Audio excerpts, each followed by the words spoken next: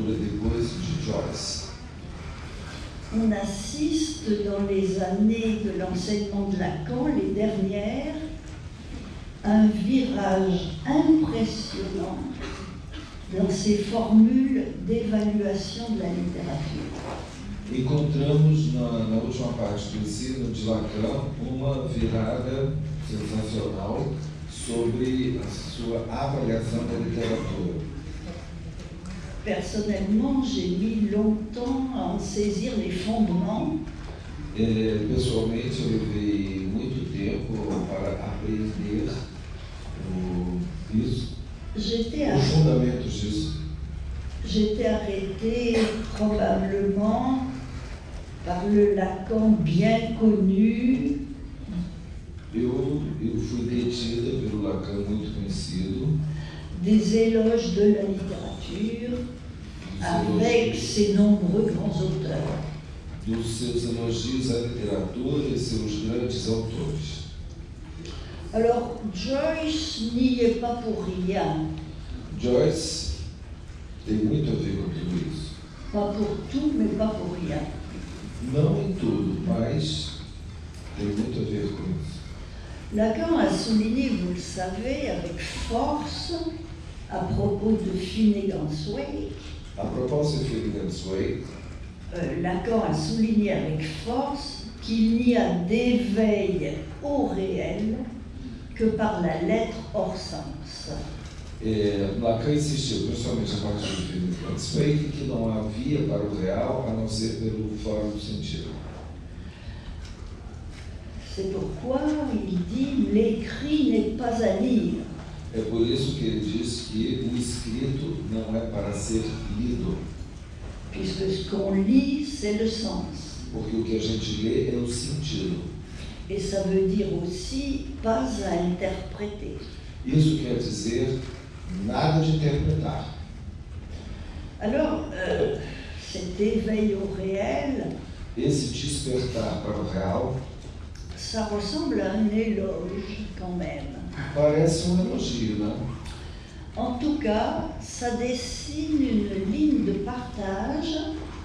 Isso desenha uma linha de partilha, divisória, de partage de la littérature, selon qu'elle nourrit le sens par ses fictions. Entre, por um lado, segundo a literatura que nutre o sentido através de suas ficções, Ou qu'au contraire, elle pulvérise le sens par la lettre. ou, ao contrário, ou por outro lado, que ela pulveriza o sentido por meio da letra. Alors, la première, celle qui fait des fictions, est celle qui émeut notre inconscient, selon Lacan. A literatura que tenta, que dá sentido, ela tenta emocionar, palavras de Lacan, nosso consciente. C'est celle qui raconte des histoires. É a que conta histórias. Je suppose qu'il y a la même équivoque en brésilien dans l'expression raconter des histoires. E o mesmo equívoco em português, né? Ele está contando história. Disons qu'elle écrit des romans. Digamos que ela escreve romances. J'emploie ce terme de roman pour indiquer la continuité entre la prose littéraire Eu uso esse termo de romance para mostrar a continuidade da prosa literária. et non pas l'inconscient, Não inconsciente, mais ce que Freud a nommé le roman du névrosé. mas o que Freud chamou de romance do neurótico, romance familiar do neurótico. À savoir le scénario du fantasme Ou seja, o roteiro fantasmático da fantasia, qui lui sert de lunette pour lire sa propre histoire que lhe serve de óculos para ler a sua própria história et en faire sa réalité. e fazer com isso a sua realidade. La seconde, celle qui ne raconte pas d'histoire, A segunda, que não conta histórias, Lacan lui attribue ce qu'il a joliment appelé le pouvoir des lectures. a segunda, né, que ela tem aquilo que Lacan de uma forma bonita, falou o poder de leitura. Expression paradoxale. É uma expressão paradoxal. Et en tout cas, lui-même s'attribue le pouvoir d'e-lecture. O próprio Lacan se atribui a si mesmo esse poder de leitura. De e-lecture. Ah, não, desculpe, de ilegível. Um poder ilegível, de não leitura. C'est paradoxal parce que quand on pense illisible, on ne pense pas à pouvoir. Quando se fala ilegível, não se pensa em poder, mas ele fala do poder do ilegível. On pense au contraire, incapacité, impuissance à lire. A gente pensa justamente o oposto, na impotência de se ler.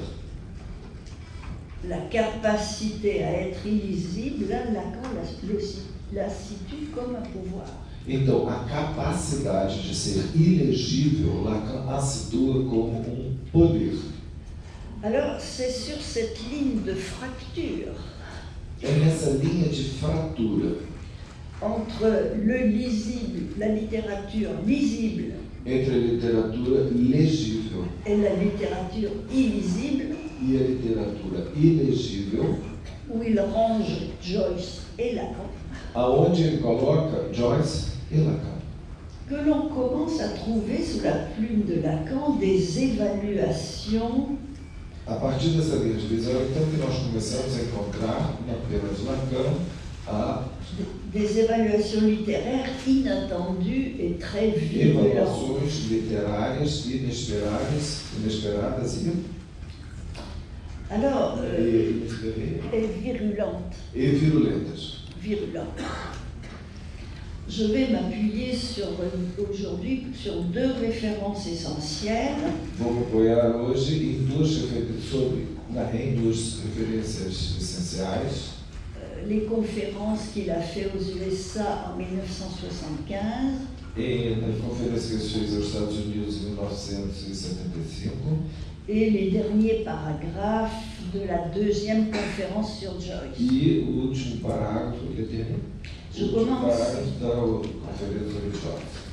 Je commence par la seconde référence et j'y lis la phrase suivante. Eu vou ler a seguinte frase. Il parle donc, n'est-ce pas, de la littérature. Que ele está falando da literatura. Il y a quelque chose à crever dans le papier hygiénique. Há alguma coisa a sucar, a crever, quer dizer, crever ao mesmo tempo é arrebentar, é sucar no papel higiênico, Sur quoi les lettres se détachent, sobre o qual as letras se destacam, quand on scribouille, quando a gente escrevinha ou rascunha pour la réaction du corps. Réaction du corps. Réaction. Qu'est-ce que ça veut dire réaction? Je vais expliquer. Ela vai explicar sobre a reação, neologismo. A reação do corpo pour la corporection. para a corporection. Oui. Ela vai explicar, mas são neologismos que Lacan está usando. Oui. Dans cette phrase, il y a un verdict. Il y a un verdict Então, nessa frase tem um veredito et plusieurs thèses, e muitas teses. quoique ce soit une toute petite phrase. Apesar de ser uma frase minúscula. Lacan est spécialiste de cela, Ça veut dire de qu'on est grandes spécialiste. thèses dans des toutes petites phrases. Grandes teses em frases minúsculas. D'abord, oui.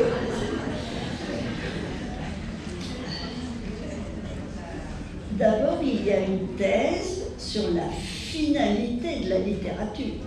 Primeiro tem a tese sobre a finalidade da literatura. On écrit pour. On scribouille pour.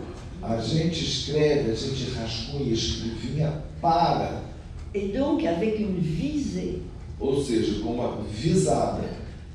Et cette visée, elle est corporelle. E esta visada é corporal. La prose littéraire A prosa literária vise donc ce que Lacan appelle la rection du corps. visa a recção, R-E-C-T-I-O-N, do corpo. Il écrit aussi corporection. E ele fala de corporexio como ressurreição. Rection, Ressurreição. rection se trouve dans beaucoup de mots, mais pas avec le bon sens. Tá. Mas essa recção, né? Bon, alors ça c'est la première thèse, on écrit pour la corporection. Então, essa é a primeira tese. A gente escreve para a corporexão. Mais deuxième thèse, le moteur Segunda tese, o motor est du registre anal. é de registro anal, papel higiênico. Oui, c'est ça, pas hygiénique. Il y a donc deux affirmations, une sur la pulsion d'écriture, Então, tem duas afirmações, uma sobre a pulsão da escrita, qui est anale, que é anal, et l'autre sur ce qu'elle obtient, sur ce qu'elle vise, E outra- corporection. é o que ela visa, a corporexão. Alors ce mot corporection, je me suis battue avec lui pendant assez longtemps. Então, ele falou sobre essa palavra corporexão, ficou matutando o que seria isso. Alors on peut penser déjà à correction, Podemos pensar em correção, correção. puisque dans l'éducation, on veille à la correction socialisante du corps, dans l'éducation. Ah, e sim, na educação se visa a reeducação, né? A La correção correction do corpo, à fabriquer des corps socialisés. a fabricar corpos socializados. Mais il est clair que Lacan évite ce terme de correction. Mas Lacan evita o termo de correção. La rection est autre chose. A recção é outra coisa. J'ai pensé d'abord à rectus, Eu pensei em rectus, droit, que l'on retrouve dans la posture. reto,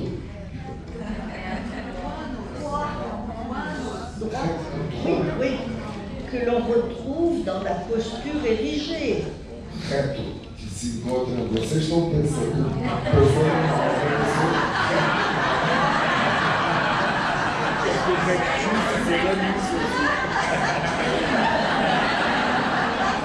mas eu quero, vocês que ó,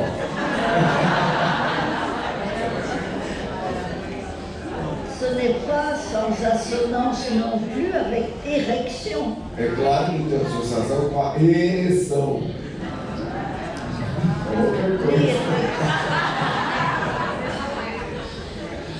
L'érection dans ses diverses acceptions, A ereção em suas diversas acepções. pas seulement celle de l'organe, Não apenas a do órgão, mais celle du corps, mas a do corpo. celle de cette fameuse verticalité dont à laquelle Freud s'est Essa intéressé. famosa verticalidade do corpo humano a qual Freud se interessou. Et vous savez que Freud a attribué de grandes fonctions dans l'évolution de l'espèce E que Freud atribuiu uma grande função na evolução das espécies à l'érection du corps sur Ah, deux isso. pieds au lieu de ereção quatre. do corpo sobre dois pés. Bon. Et puis, ça se trouve aussi dans le discours commun, quelque chose qui circule dans un proverbe. Que Ele também circula no discurso comum, principalmente num provérbio que diz: quand le proverbe dit « Il vaut mieux mourir debout que vivre couché é melhor viver de pé Não, é melhor morrer de pé, do que viver deitado.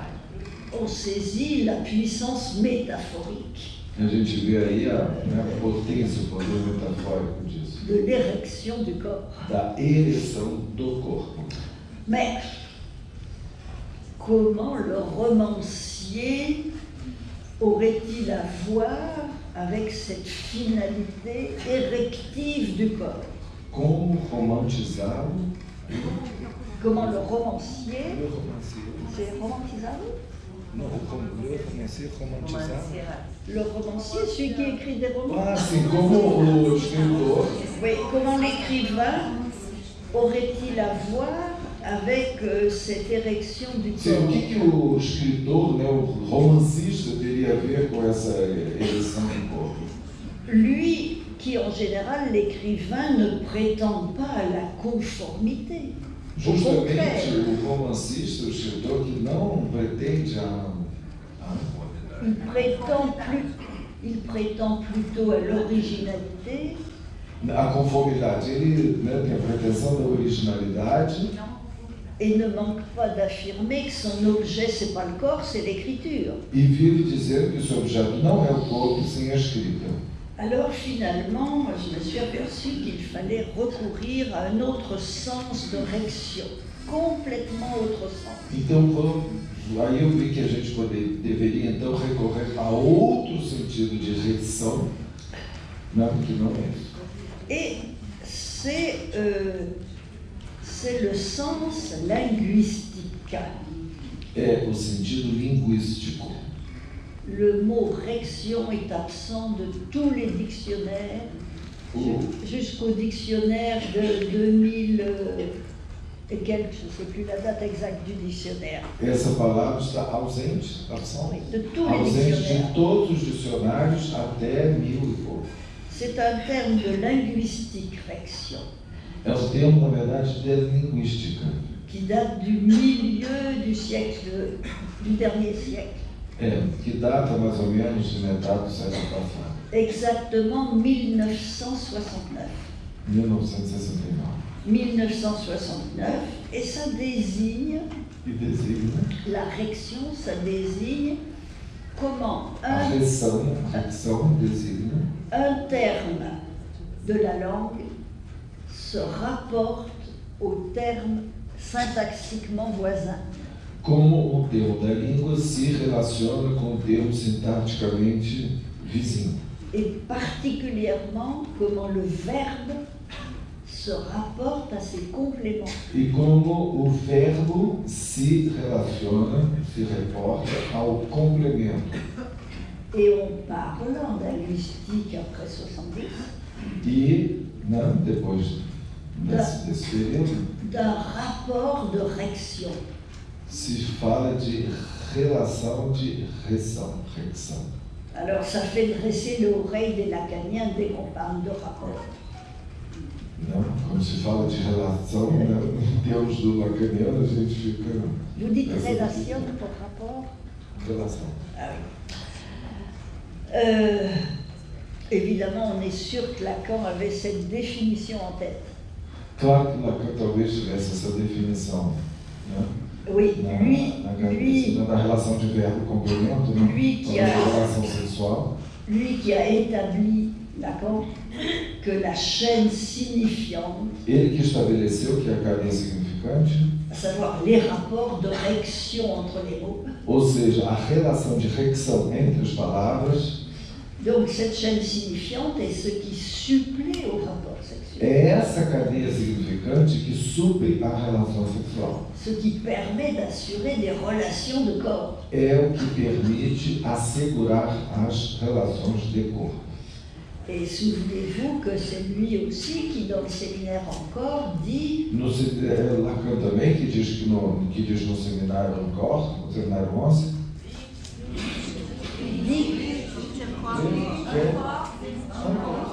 dans le séminaire no encore, seminário 20, no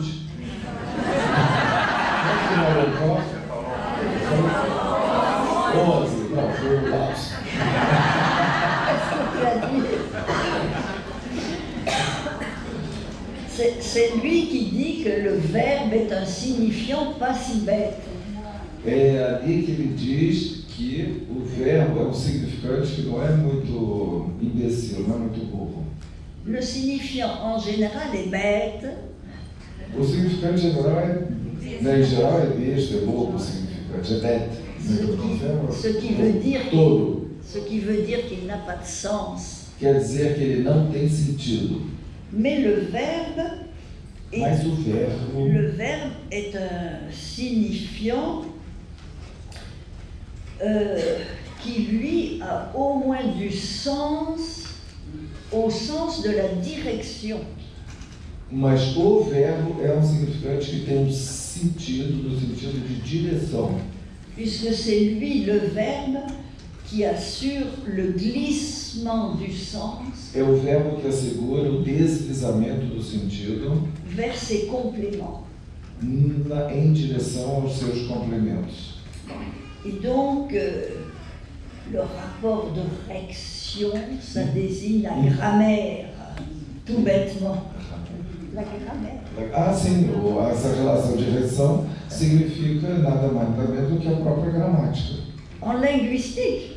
Em linguística. En linguistique, c'est-à-dire les règles de connexion des mots propres à une langue. Ou seja, as regras das conexões próprias a uma língua. Et donc, l'idée du rapport entre littérature et corporection. Então, a ideia da relação entre literatura e corporeção provient du fait de la thèse préalable chez Lacan. Provém do fato da tese prévia em Lacan que c'est le langage qui supplée au rapport des corps. Que é a linguagem que supre a relação entre os corpos. Les corps sont prolétaires. Les corps sont prolétaires. Os corpos são proletários, c'est-à-dire épars, ou seja, separados, mais la chaîne du langage assure une suppléance. Mas eles são separados, mas a cadeia da linguagem assegura uma relação. Alors avec ça, il ne serait pas inexact de dire Com isso não seria inexato dizer que dans la littérature qui parle, que na literatura que fala, celle qui écrit des fictions, a que escreve ficções, contrairement à Joyce, contrariamente a Joyce, par la réaction des mots, pela ricção das palavras, chacun écrit avec son corps. Cada escreve com seu corpo. Et c'est bien une littérature qui E parle, portanto, trata-se aí de uma literatura qui parle d'histoire de corps, que fala de histórias de corpo, de corps symptomatiques. de corpos sintomáticos. On est donc, au fond, avec cette littérature, en Estamos, no continuité fundo, com essa literatura, temos aí a ideia, avec ce qui flambe dans notre époque, o que flamba, pega fogo na nossa época, le goût pour le témoignage. o gosto pelo testemunho. On témoigne toujours pour la corporection. A On gente pourrait appliquer cette thèse au témoignage. testemunha sempre pela corporeção. Le goût A gente poderia dizer isso de praticamente todos os testemunhos. pour le témoignage et pour le récit journalistique. Para o testemunha e os relatos jornalísticos. Alors, ce symptôme littéraire-là, comme disait Lacan, Esse sintoma literário, Lacan disait, il est enfin venu à consomption. ele finalmente vem a ser consumido. Je crois qu'il s'est trompé, ça me paraît, même certain. Colette acha que ele se enganou. Cette littérature-là, elle est loin d'être finie. Essa literatura ela está longe de ter terminado. Elle est en pleine expansion. está em plena expansão. Et elle est sûrement en expansion parce qu'elle est une compensation Ela está em plena expansão porque ela é uma compensação du statut des sujets dans le capitalisme. do status do sujeito no capitalismo. Alors, donc voilà pour la réction, le sens du mot réction.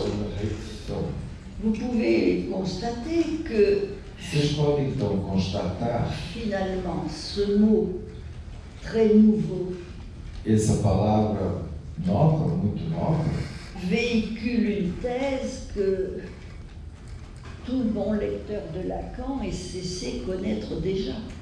é uma tese, sete tese, Que tout bon lecteur de Lacan est censé connaître déjà. sim, que todo leitor de Lacan tenta conhecer. Não, eu acho que já conhece. Ah, já conhece. Oui, oui.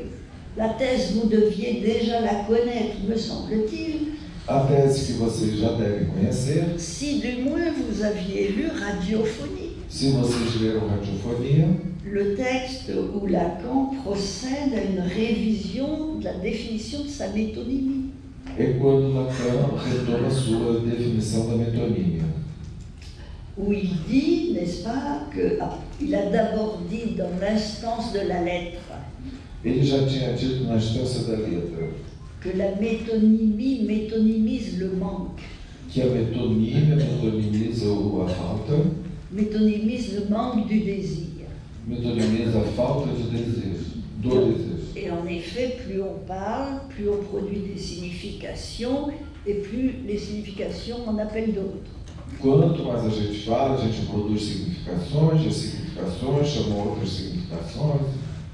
Il ajoute désormais Doravante, que la métonymie porte la jouissance. a metonímia aporta, ela traz o gozo, La jouissance passée au langage. o gozo que passou na linguagem, passou para a linguagem. Elle est métabolisme de la jouissance, dit-il. La Ela é métonymie. metabolismo do gozo. Métabolisme spécifiquement des plus de jouir. Metabolismo principalmente de mais de gozar. Et déjà dans ce texte de Radiophonie, E já nesse texto de radiofonia, il faisait un rapport avec la littérature, ele fazia uma relação com a literatura, disant que ce dont témoigne la métonymie du linguiste, aquilo que metonimiza, não, aquilo que ce dont témoigne aquilo que a metonímia do linguista testemunha est à portée d'autre que le psychanalyste. Il n'y a pas que le psychanalyste é aportado por outras pessoas além dos psicanalistas, é trazido por outras pessoas além dos psicanalistas, et notamment, disait-il, du poète.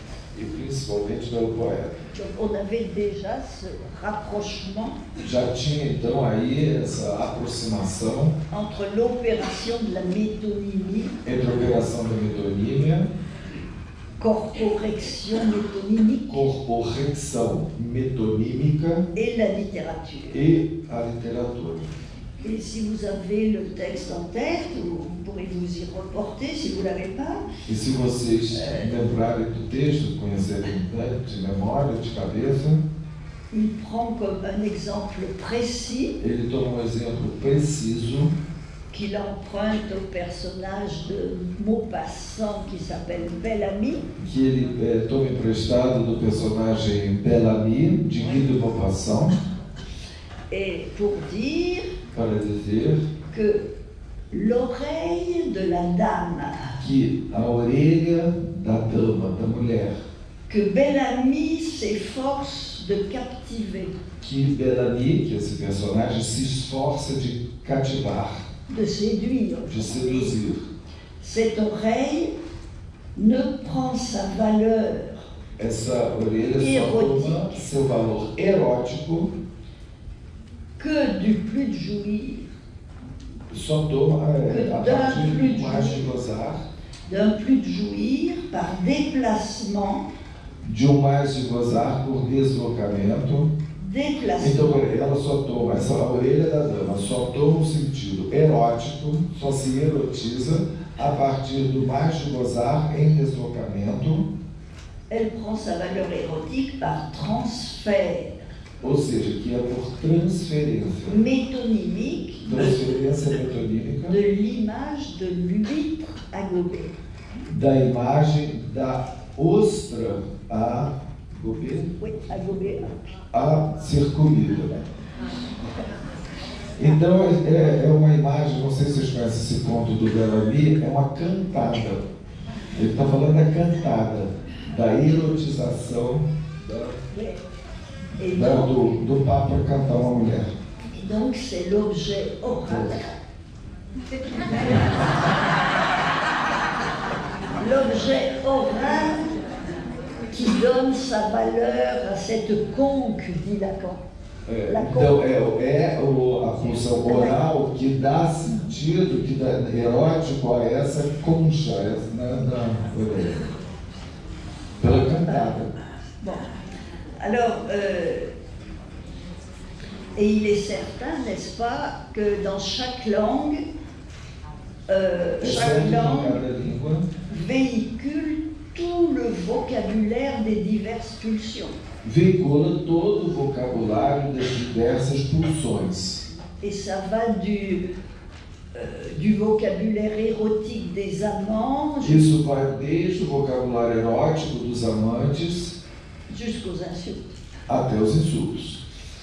Ainsi, toute la littérature romanesque, assim, a literatura romanesca, réaliste donc, realista, la prose réaliste, a prosa realista, métonymise-t-elle plus que le manque du désir? Metonimiza mais do que a falta de desejo. Qui se fabrique a falta de desejo que se fabrica entre symbolique des mots et imaginaire du corps. Entre o simbólico das palavras e o imaginário do corpo. Elle véhicule les plus de jouir pulsionnel. Veicula mais gozar pulsional. Et les phalliques. Fálico. Des mots qui les portent. Das palavras que traz, que porta, que sustenta. Et donc, on est là à un aboutissement de la théorie de la métonymie chez Lacan. Então estamos aí numa chegada, numa conclusão da teoria metonímica, num ponto de chegada da teoria da metonímia em Lacan. Corporection. Corporection. Et vous voyez comment Lacan, ça c'est une parenthèse. Parêntese. C'est une parenthèse. Comment Lacan ne se répète pas.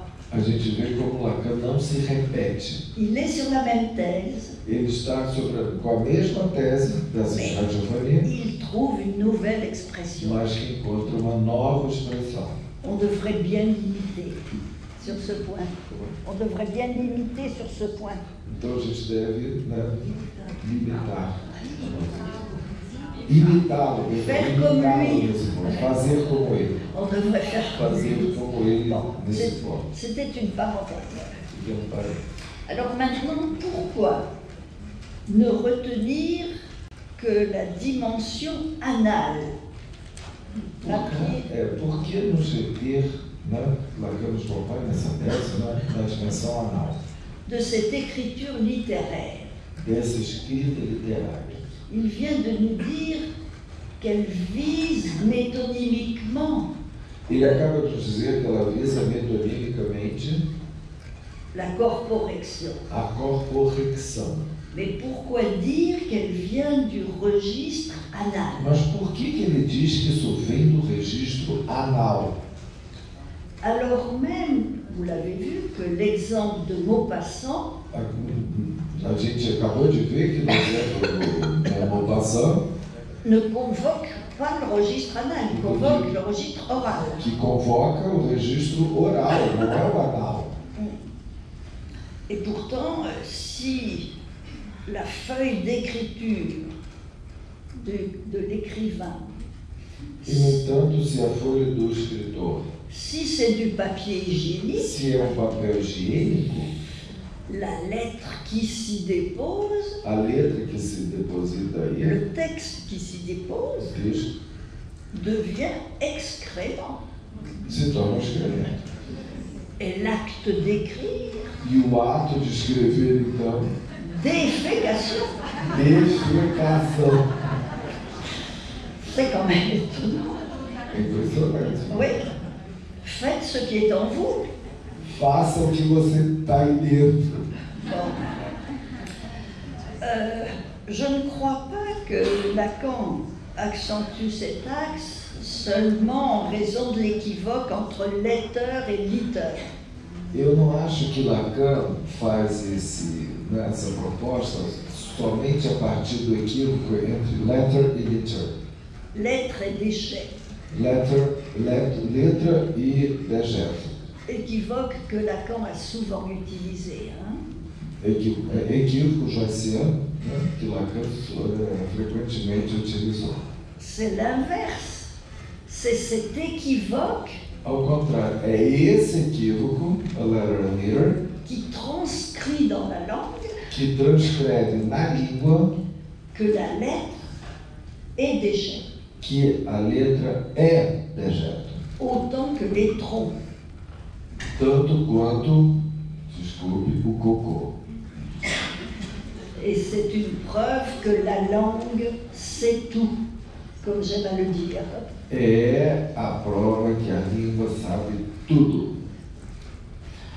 Alors peut-être, pour éclairer cet accent mis par Lacan, Esse acento que Lacan dá, essa relevância que Lacan dá sobre o assunto, on peut se souvenir de l'apport de Freud podemos lembrar do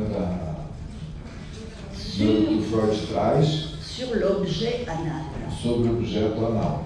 l'étron, L'étron, quer dizer, o escrito, très différent de l'objet oral, diferente do objeto oral, dans la mesure où c'est le premier objet détachable du que é corps o propre primeiro objeto destacável do corpo próprio et qui a une fonction identitaire. e que tem uma função identitária.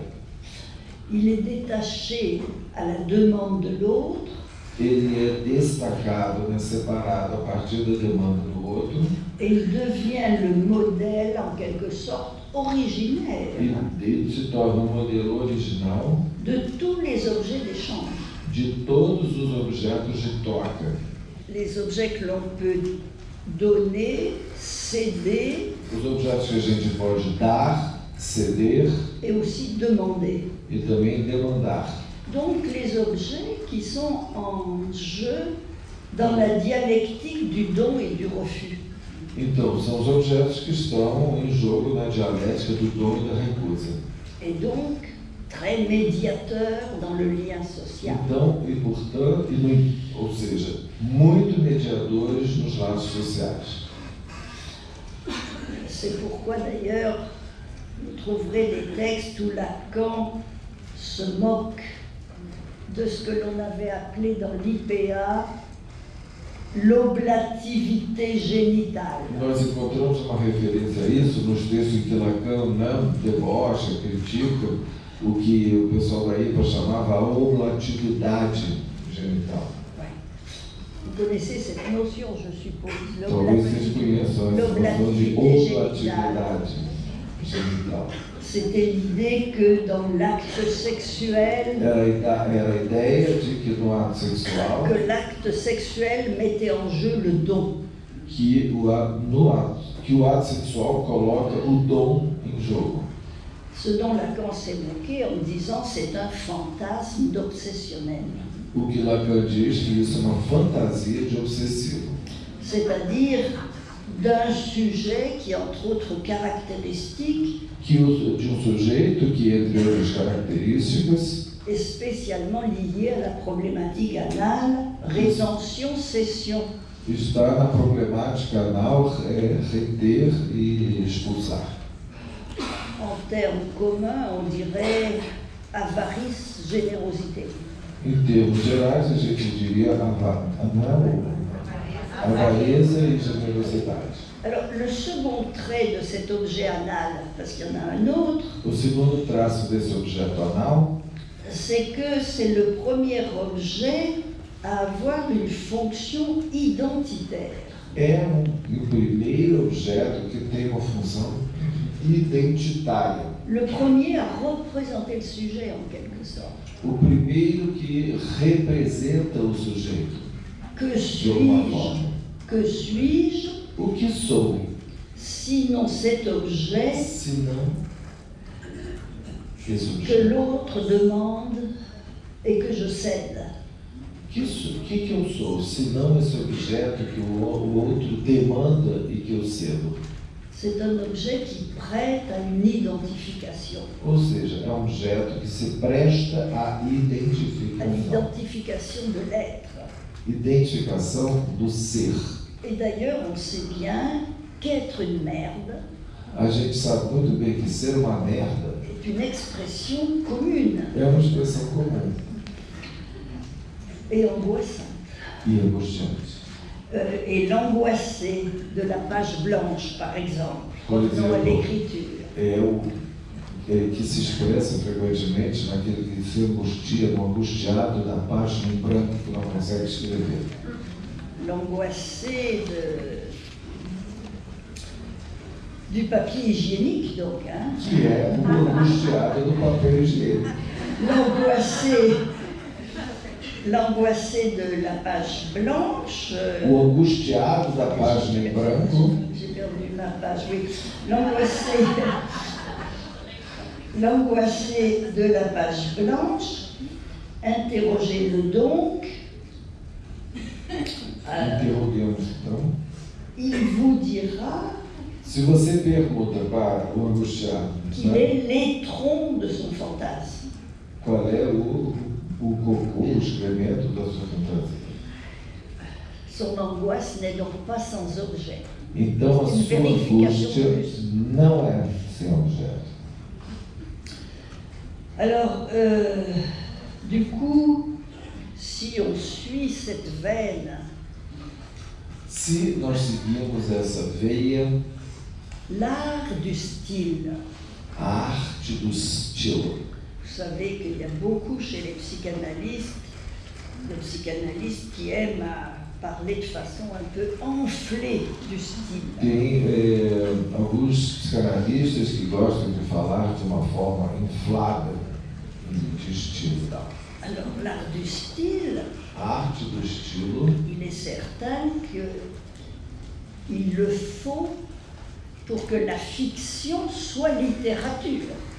É preciso que, para o estilo, é preciso que a ficção seja literária, seja literatura. Sinon, c'est juste la petite fiction fantasmatique du témoignage. Senão é apenas uma ficção fantasmática da fantasia do testemunho. Donc, pas de littérature sans l'art du style. Então, não há literatura sem a arte do estilo. Mais cet art du style pourrait se reformuler. Mas a gente poderia reformular essa arte do estilo. Avec ce que je viens de développer. Com o que eu acabei de desenvolver, a partir do que eu acabei de desenvolver. Alors, je vais le dire comme ça. Eu vou falar assim. Cet objet déposé. Esse objeto deposto aí, colocado aí. Est-il le plus beau? Est-il le plus original? Será que ele é o mais original, o mais belo objeto depositado aí? Si oui, il donnera du lustre à votre nom. Se ele for isso, né, ele vai dar lustre ao seu nome. Vous connaissez Blanche-Neige, hein? Je me suis servi de Blanche-Neige en fait. Estou falando da Branca de Neve. Miroir, dis-moi si je suis la plus belle. Eu sou a mais bela deste mundo. Dès qu'on parle de l'art du style, desde que se fala da arte do estilo, dis-moi si mon étron littéraire, diga-me se meu cocô literário é o mais bonito. Alors vous voyez qu'à ce compte, la littérature romanesque n'est Ou seja, que em relação a esse ponto, a literatura romanesca, la littérature romanesque n'est pas ininterprétable. Não é Ininterprétable. não interpretável. Existe francês faz negação da negação, ou seja, é interpretável. À bien lire, on pourra Se dire, você ler bem, podemos dizer, en chaque cas, quelle est la merde particulière. em cada caso, qual é a merda particular, La sienne propre, a própria da pessoa que está ali, a que sua, chacun a déposée sur sa feuille hygiénique que cada depositou na sua folha de papel higiênico et à laquelle il a remis le soin de le représenter. e ao qual ele lhe deu, lhe outorgou, né, o cuidado de representá-lo. Alors,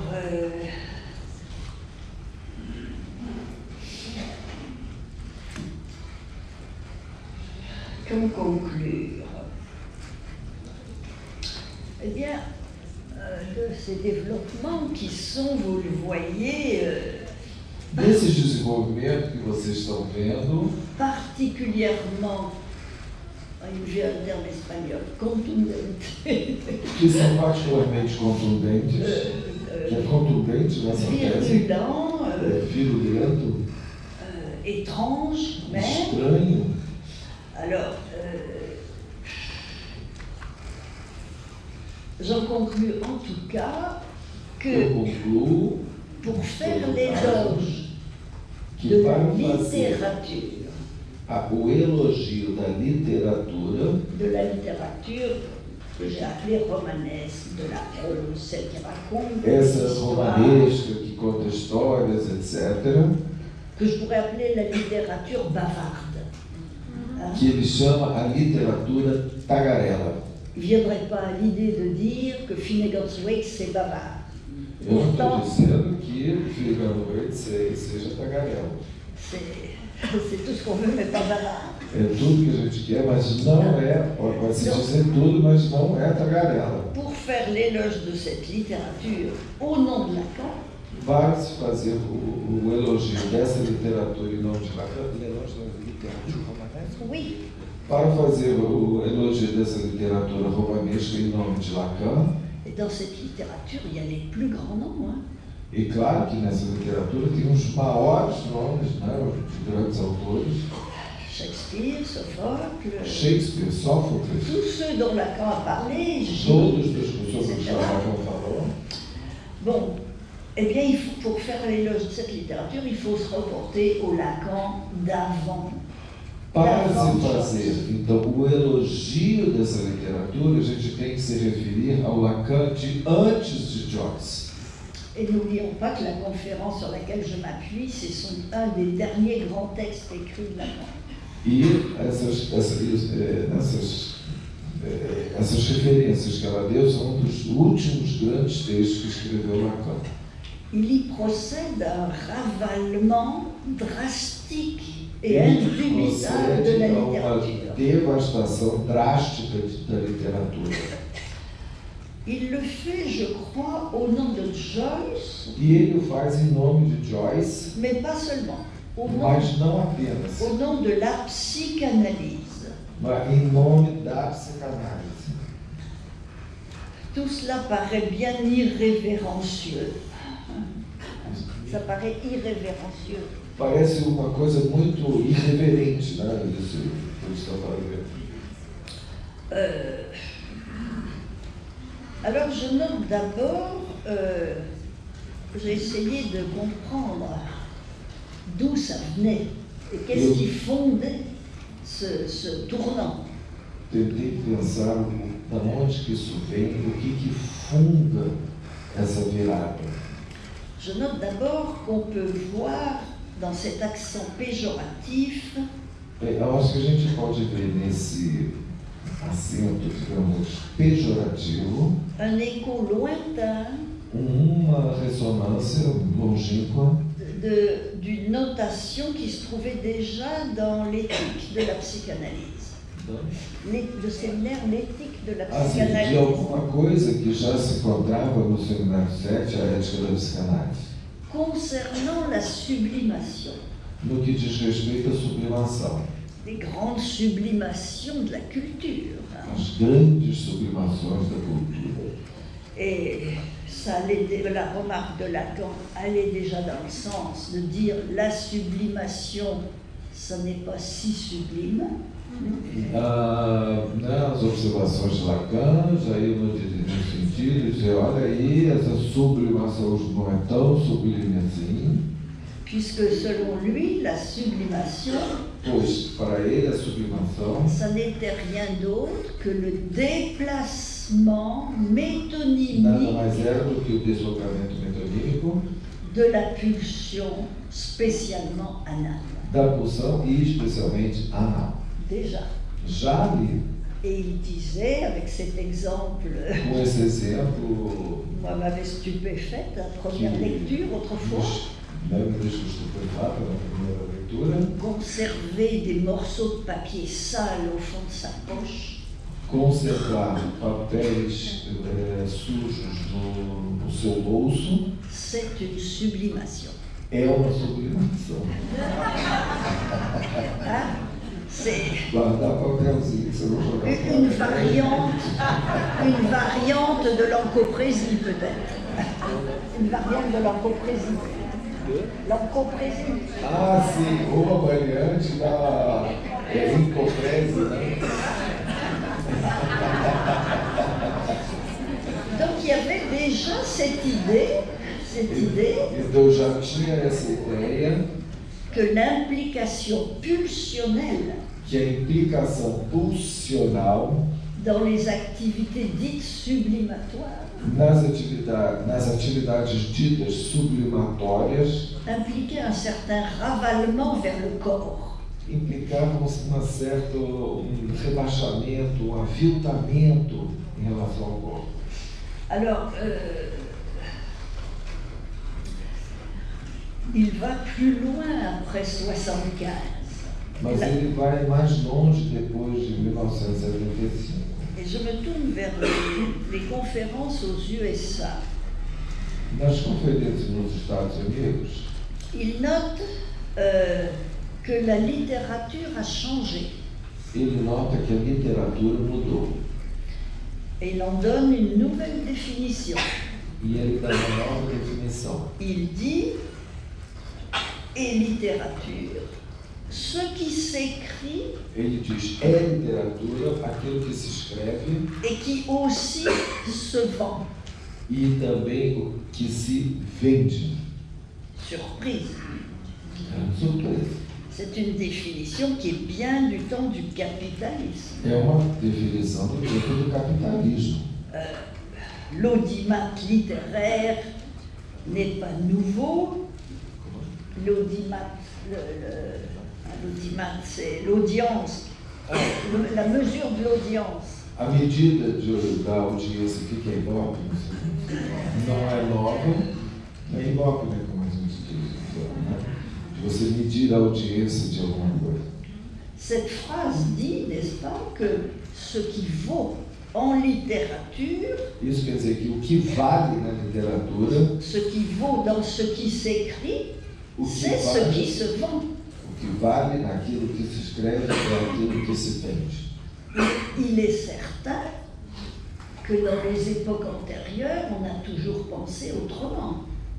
É claro que nas épocas anteriores se pensava de outra forma. On le voit avec le mythe du grand écrivain, le mythe romantique. A gente vê isso no mito romântico do grande escritor. Du grand écrivain méconnu. Desconhecido. L'écrivain méconnu, par définition, il a une grande œuvre, mais elle ne s'est pas vendue.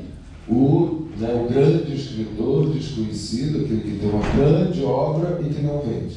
Par contre, si la littérature c'est ce qui se vend, mas em compensação, se a gente pensar que a literatura é aquilo que é vendido, l'idée romanesque s'inverse. A ideia romântica é invertida. Pas d'écrivain méconnu possible. Não há escritor desconhecido. puisque c'est le bien connu, parce que bien vendu, já que é o mais bem conhecido por ser bem vendido, qui fait le grand écrivain. que faz dele grande escritor. Bon. Ou seja, aquele que vende que é grande escritor, que é considerado grande escritor. Bon. C'est donc, vous voyez, et on parle du lien donnant-donnant aussi. A gente fala, e isso é o tal do toma lá da cá.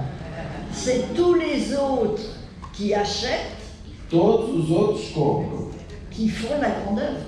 Que fazem disso uma grande obra. C'est-à-dire qui nous assurent que dans cette œuvre, il y a quelque chose, que nos asseguram que un nessa objet qui obra attrape les autres. existe alguma coisa que pega os outros. Bon. Alors, Lacan, du coup, l'écrivain ne va jamais tout seul. Ou seja, escritor não está nunca só. Toujours en couple. Está sempre acoplado. On voit ce qui se passe actuellement dans les prix littéraires, d'ailleurs. O que acontece hoje em dia nos prêmios literários. Bon, je passe, ça ne vaut pas la peine d'y assister, c'est trop évident. Alors, Lacan, très logiquement,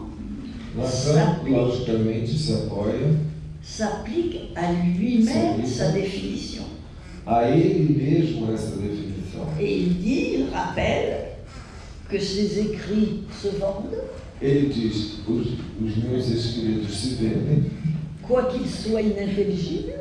Apesar de serem ininteligíveis.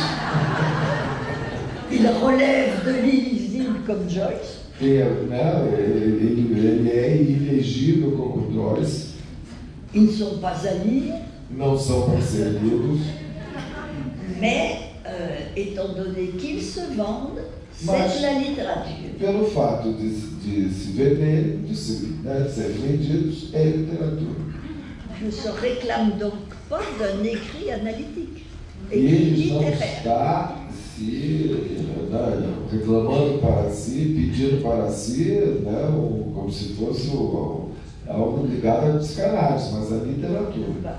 Alors, grâce à la leçon de Joyce, graças então à lição que ele aprendeu de Joyce, qui a réussi avec Finnegan's Wake à vendre de l'illisible, graças a Joyce que com Finnegan's Wake conseguiu vender o que era ilegível, donc à faire une littérature de l'illisible, disons. Ou seja, chegou a fazer literatura do ilegível.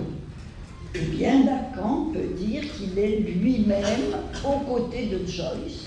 Ele pode, Lacan, então, se colocar ao lado de Joyce e dizer que está do lado de Joyce. Dans ce qui se vend, naquilo que se vende, tout en étant ininterprétable, apesar de ser não interpretável, en termes de réaction de corporation. Em termos de reação, de corporeção. Et Lacan, comme Joyce, se retrouve donc dans le nouveau lien donnant-donnant. Então, Lacan se reencontra, assim como Joyce, no laço toma lá da cá, dont j'ai essayé de parler hier. Sobre o qual falei ontem. Un lien où l'un fait l'offre d'un plus de jouir. Aonde, por lado, faz a oferta do mais de gozar. Pour d'autres, e pour os outros, qui vont payer la dîme, que vão payer o dízimo, qui fera l'escabeau, que vai fazer o escabelo de l'auteur, do autor, que vão dar banquinho para o autor subir. Alors, la question maintenant, si vous m'avez suivi, enfin ma question. Bom, se vocês me seguiram até aqui, vou falar qual é a minha questão. Comment Lacan en est-il venu à cette idée qui paraît fort réductrice du texte littéraire? Como Lacan chegou a essa ideia que parece tão redutora em relação à literatura? Et où il inclut et Joyce et Lacan. aonde ele inclui Joyce et Lacan. C'est évidemment dans l'après-coup de Joyce. Isso se dá, evidentemente, depois de Joyce. Et lui-même dit, c'est difficile à saisir. E ele mesmo diz, En effet, difícil de se aprender. qu'est-ce qui le justifie à faire de la vente O que o justifica de fazer da venda contre l'idée commune? Contra, não fazer dar essa importância à venda contra a ideia comum? Le trait distinctif de la littérature. Como é que ele chegou a fazer dessa venda traço distintivo da literatura, contrariamente à ideia comum? Des traits distinctifs qui surmontent en plus la distinction entre le lisible et l'illisible. E é traço que, inclusive, que supera a diferenciação entre o legível e o ilegível.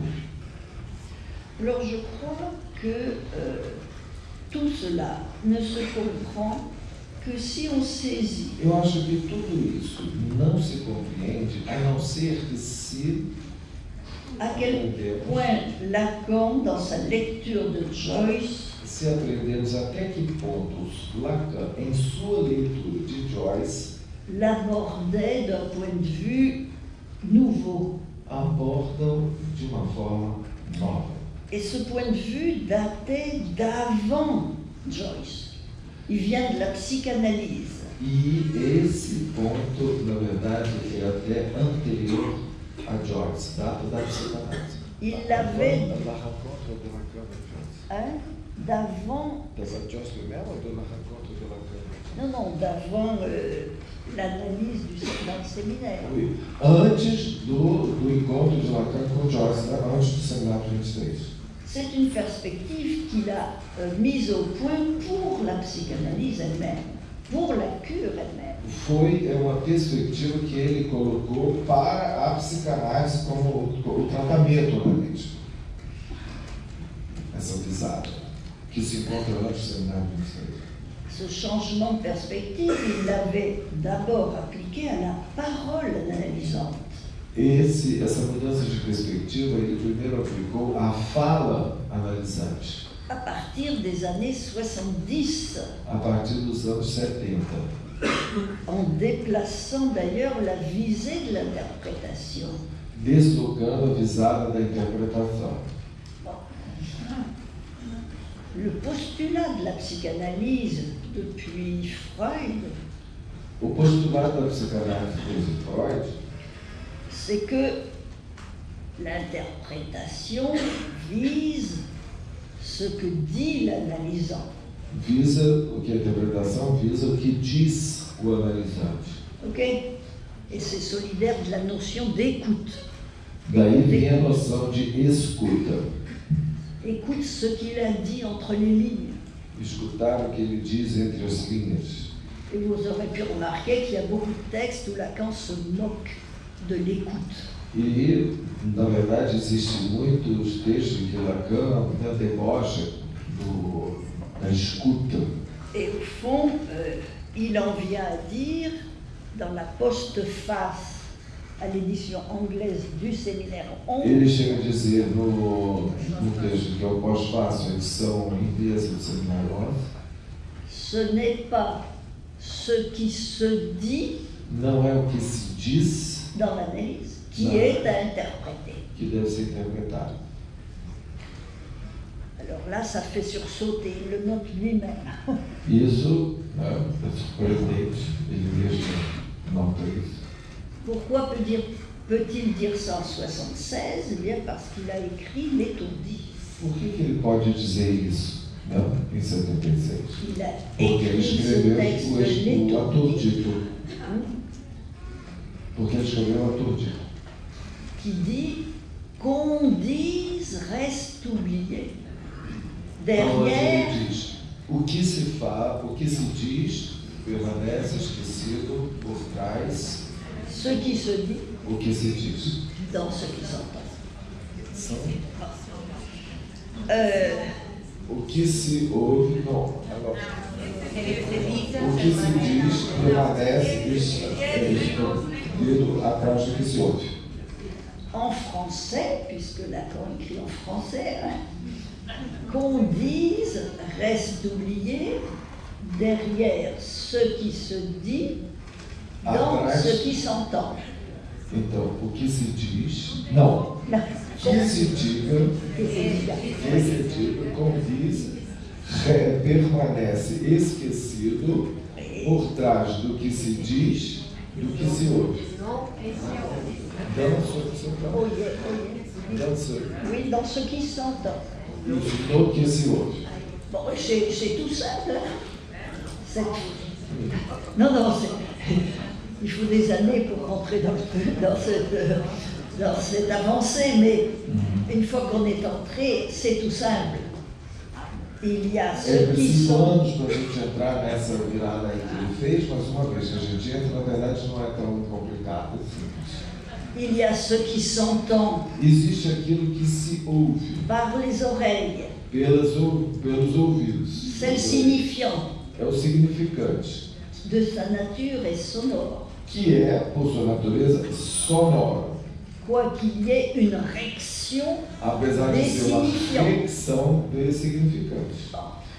Ce qui se dit est au niveau du signifié. O que se diz é no nível do significado, de ce qui s'est entendu, do que se ouviu, et tout ça e tudo isso se distingue du fait, e tudo isso se distingue do fato qu'on l'ait dit, do fato que se diga, qu'on l'ait dit, qu'on dise n'est que possible. Que se visa, on pourrait ne rien dire. Que a gente poderia não dizer nada. Et si l'analysant ne dit rien, se o analisante não diz nada, comme dit Lacan, c'est une difficulté très spéciale. Isso é uma dificuldade muito especial. Très spéciale. Et donc, le dire, c'est l'acte d'énonciation. É o ato da enunciação mesmo. L'acte d'énonciation par lequel o ato de enunciação, através do qual, pelo qual un sujet décide de produire du texte. O sujeito decide produzir texto. Que ce soit à l'oral dans une analyse. Que seja oralmente, numa análise. Que ce soit sur la feuille hygiénique. Ou que seja na papel higiênico. Bon. Et donc à partir de l'étourdi, Lacan considère. A partir do aturdito, Lacan considera que ce qui est à interpréter, c'est le dire. O que é a ser interpretado é o dizer. Non pas ce qui se dit. Não o que se diz. Ce qui n'est pas impossible. O que não é impossível. Puisque, au fond, il n'y a qu'un seul dire. Que há, porque não é possível, porque há apenas único dizer. Pour chaque analysant. Para cada analisante. Il y a des tas de phrases au long des années. Milhares de frases, anos e anos de história. Son dire du début jusqu'à la fin. Mas o seu dizer do início até o final. Comme Lacan le formule, c'est un dire de demande. Mas o seu dizer do início até o fim é dizer de demandar. Et la demande, sa demande, elle est au singulier. E sua demanda é no singular. À distinguer de toutes les petites demandes qu'il peut formuler. Distinguir de todas as pequenas demandas que ele pode formular. C'est pourquoi quand Lacan dit à une époque il ne faut pas répondre à la demande.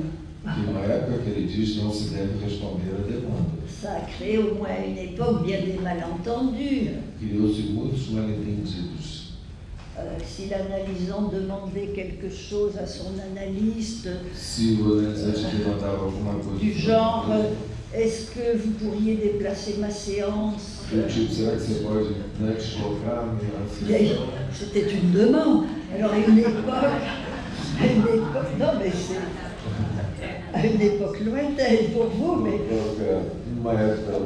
on voyait des jeunes analystes débutants répondre certainement pas.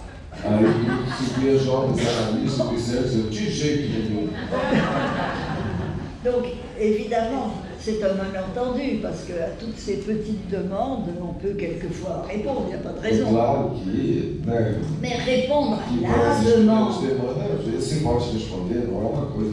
répondre au dire de transfert, responder ao dizer da transferência, ao dizer transferencial. C'est pas qu'il ne faille pas, c'est qu'on ne peut pas.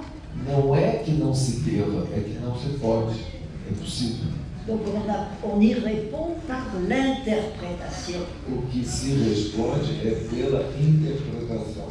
C'est-à-dire une tentative pour faire apparaître au sujet. Uma tentativa para fazer aparecer para o sujeito.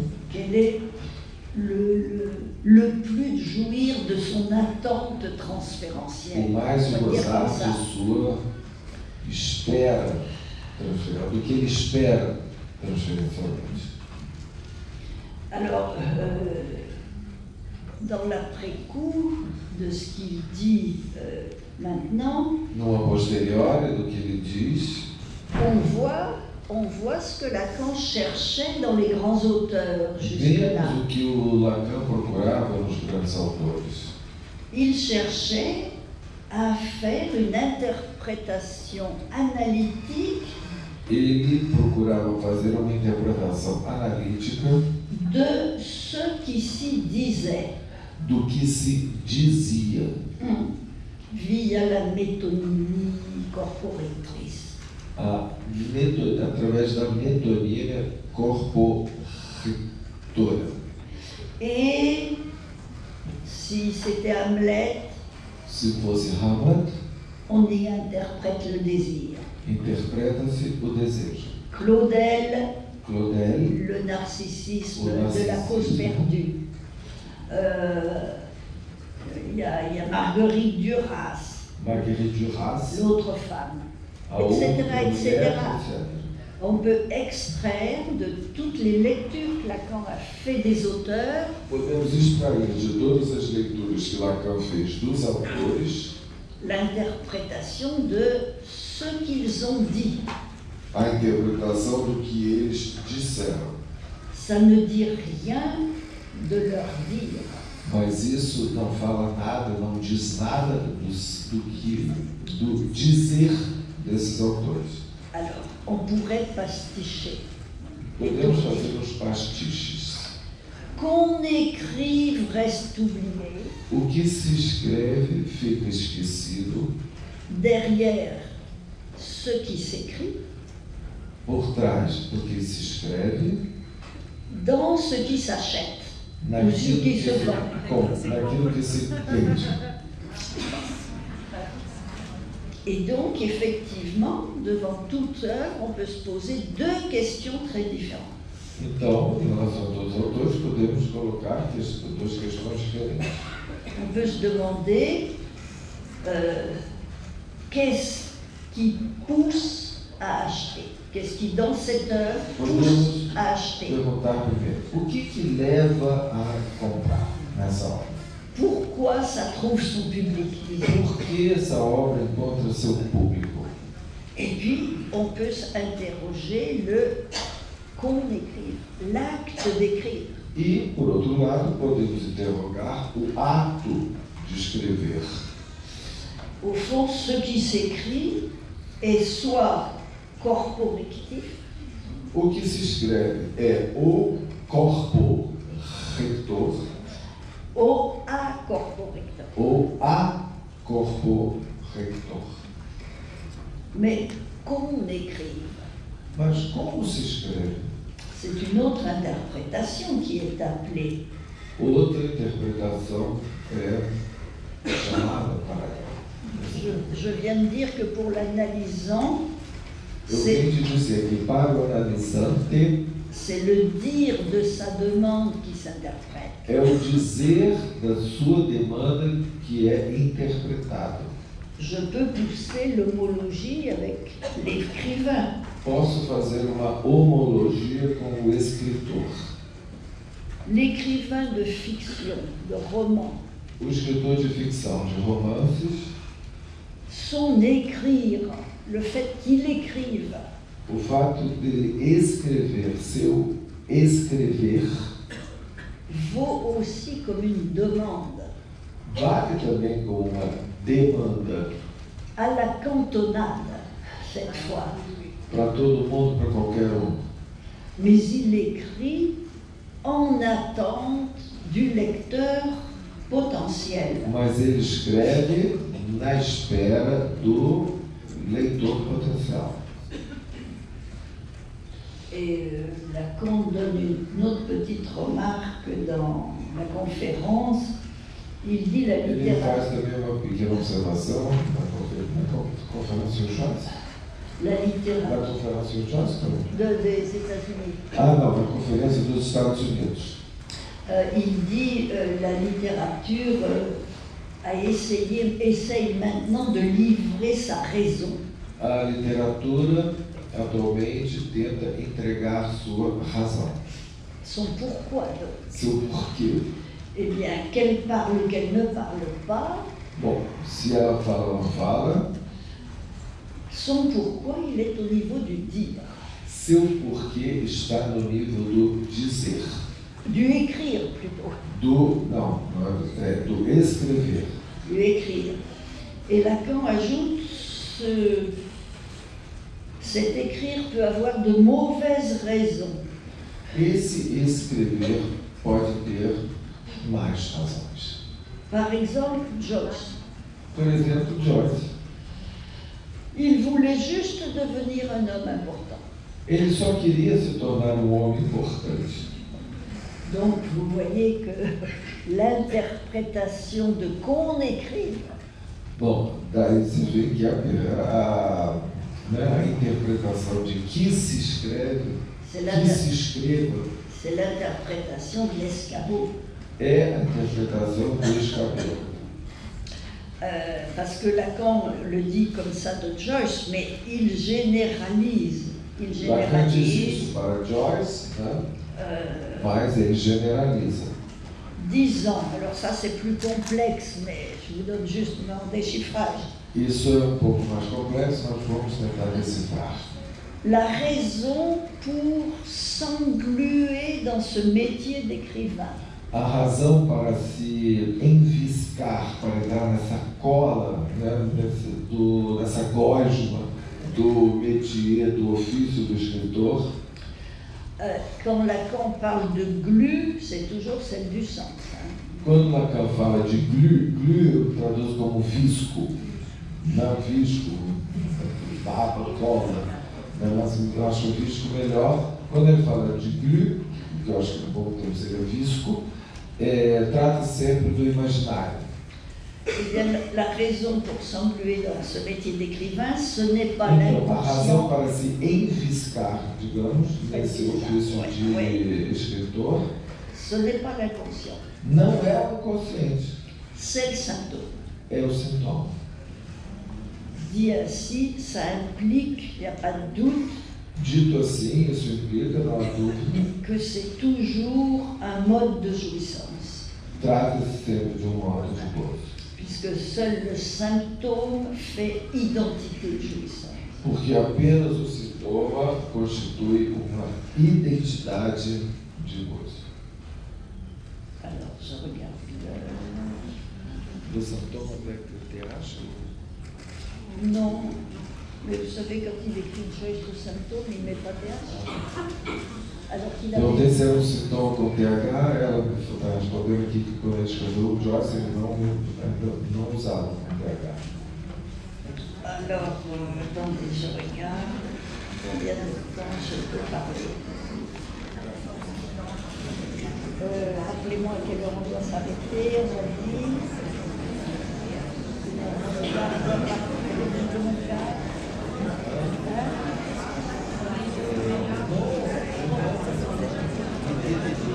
Il est 11h moins de quart. Oui, c'est bon, je peux continuer un peu.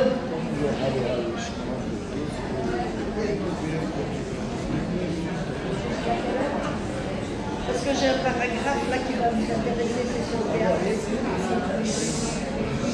Bon. Je continue un petit peu, vous avez encore du courage? Vocês ainda aguentam? Le courage d'écouter. Alors, comme ce sont des références très tardives de Lacan, Essas são referências muito, digamos, tardias de Lacan. J'ai été contente de tomber tout à fait par hasard. Eu fiquei contente de encontrar, completamente por acaso, sur un texte de Lacan qui est inédit. De encontrar um texto de Lacan inédito, qui a été publié en France dans les cahiers Sistre numéro 3. Vous connaissez ça? Sistre. Du 4e trimestre 77. Não entendi qual é o nome da publicação. Não conheço. Le Cahier Sistre. Número 3 do quarto semestre de que ano? 77. De 1977. Et dans cette publication, nessa publicação, il y a un texte écrit de Lacan qui n'a pas été repris dans les autres écrits d'ailleurs. Que foi o texto que foi escrito por Lacan, que não foi retomado nos outros escritos, né? Qui en fait reprend une conférence qu'il a donnée juste après la sortie de ses écrits en 66. Que retoma um texto que ele escreveu logo depois do lançamento dos escritos na França, que foi em 66. Moment où il était spécialement interpellé sur son style et son écriture illisible. Momento em que ele estava sendo particularmente questionado sobre seu estilo e sua escrita ilegível. Alors il y a, ce texte est difficile, hein? Difícil, prepare-se. Mais enfin, j'ai réussi à en tirer quelques bribes, même si... tentou extrair alguma coisa talvez legível. Alors il dit d'abord que dans la psychanalyse, on se penche volontiers sur la littérature. A gente diz que na psicanálise a gente se debruça, de bom grado sobre a literatura pour la rapprocher de l'inconscient. Para aproximá-la do inconsciente. Et qu'on le fait parce qu'il y a de l'écrit dans les deux cas. Porque a gente faz isso porque existe escrito nos dois casos. Alors lui, il s'inscrit en faux. Mas em relação a isso, ele está fora. L'œuvre littéraire, dit-il, a obra literária n'imite pas l'effet d'inconscient. Não imita o efeito do inconsciente. Elle est, en tant que fiction, structure véridique. Ela é, enquanto ficção, estrutura verídica. Donc, une opposition entre la littérature de fiction et l'effet d'inconscient. Literatura de ficção e inconsciente. E a prática do inconsciente, Alors, cette phrase, Lacan ne distingue pas encore l'inintelligible et l'intelligible. Ele não está distinguindo aí a questão do intelligible ou intelligible. Cette phrase dit déjà que l'effet d'inconscient n'est pas un effet de vérité. Diz que o efeito do inconsciente não é um efeito de verdade. Se distingue de la fiction véridique. Se distingue o efeito do inconsciente, se distingue do efeito da ficção véridique. Ce qu'il va accentuer de plus en plus ensuite. É o que ele vai acentuar ao longo da sua obra cada vez mais. Puisqu'il en viendra à dire l'inconscient est réel. A ponto de dizer que o inconsciente é real. Alors, pour la littérature, No que concerne literatura, il commence par convoquer deux exemples qu'il a commentés lui-même. Ele começa por comentar dois exemplos que ele mesmo tinha avançado. Le conte d'Edgar Poe, La lettre volée, n'est-ce pas? A carta roubada do Edgar Allan Poe, où déjà il opposait la lettre, que já opunha a letra à la vérité du message, à verdade da mensagem, puisque c'est une lettre qui a des effets alors qu'on ne sait pas ce qu'elle dit, justement. porque justamente letra barra carta é uma carta que tem, né, que a gente não sabe o que ela contém. Donc il opposait la lettre à la fiction. A letra barra carta, né, que letra em francês é carta e letra, não tem esse equívoco que a gente perde, né, quando fala carta roubada, é a letra roubada ou voada, ou que voa, né?